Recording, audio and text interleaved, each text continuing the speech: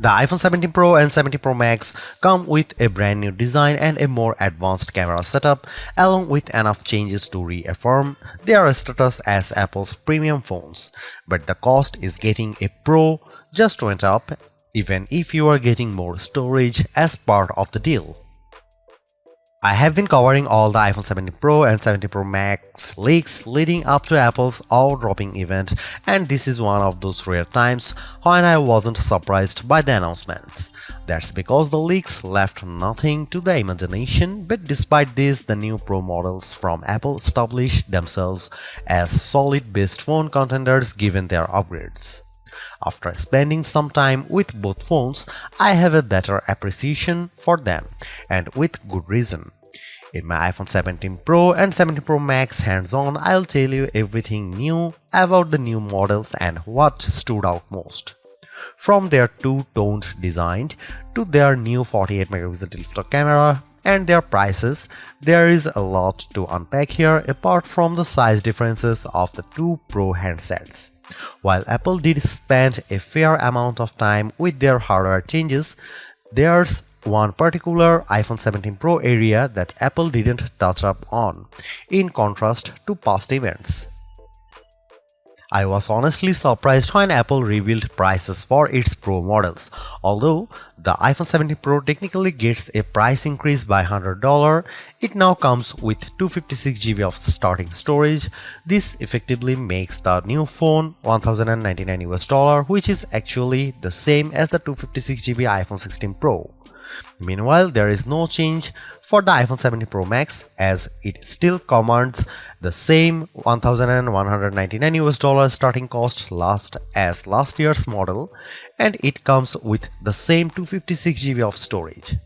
Pre-orders are available right now with a full availability online and in stores starting on September 19. There are only 3 color options to choose from: silver, cosmic orange, deep blue. Among those, I have to say orange certainly stands because of how Apple kept the Pros with very neutral colors. Call it a long overdue makeover, as the iPhone 17 Pro and 17 Pro Max's design are dramatically different from recent iPhones. This is due to the two-toned color design that Apple has gone with, along with ditching the titanium frame for an aluminum one. There are people who will vouch for how titanium is regarded as the more premium material, but the aluminum frame still gives the iPhone 17 Pro models that premium feel. Apple is using ceramic shield for the back casing, which is part of the reason why it looks like it has two slightly different colors. At the same time, there is much more sizable camera cutout that extends side to side and protrudes outward. I have always enjoyed the square cutout of the Pro's cameras, so this one's going to take time getting acquainted with. Apart from their size differences, there is nothing terribly different from the way of the iPhone 17 Pro and 17 Pro Max look. They still have the camera control button, USB-C port, and action buttons from before. Apple didn't change the display sizes on either Pro model, so you will find 6.3-inch and 6.9-inch displays with the iPhone 17 Pro and 17 Pro Max respectively. It's rated to 3000 nits of peak brightness, but it's hard to say if that's accurate until we get them in the labs. What's different this time is the ceramic shield 2 protecting the screen, which Apple claims to be 3x better at scratch resistance, plus a new anti-reflection coating to reduce glare. I loaded up the Sonic the Hedgehog 3 trailer and it looked fine indoors, but it's hard to say if its anti-reflective properties are effective under the indoor settings. Sunlight will be the true test. For the first time ever, there is a triple 48-megapixel camera system on board both the iPhone 17 Pro and 17 Pro Max. While the 48-megapixel main and 48-megapixel ultrawide are similar to the shooters on the iPhone 16 Pros, the new 48-megapixel telephoto with 4x optical zoom effectively gives the iPhone 17 Pro an 8x optical-like quality performance. This should deliver even richer looking telephoto shots with the 8x camera crop yielding 12-megapixel photos.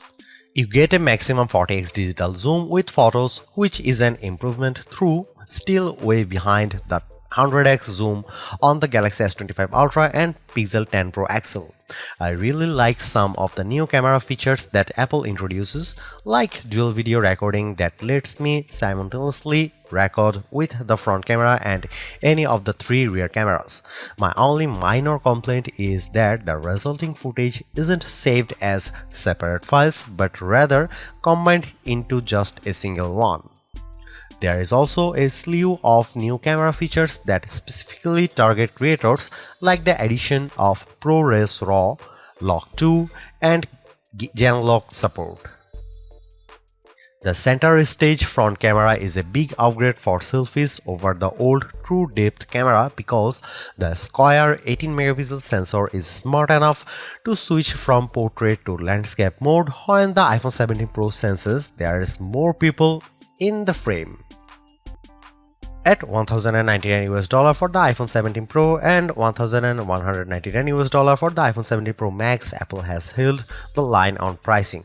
Sort of like I mentioned earlier, the iPhone 17 Pro is $100 more, but you get 256GB storage to start, matching the base capacity of the Pro Max.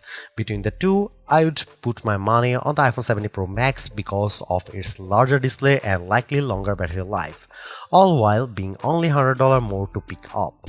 The Pro looks almost cute by comparison, but it is certainly capable for a phone of its size.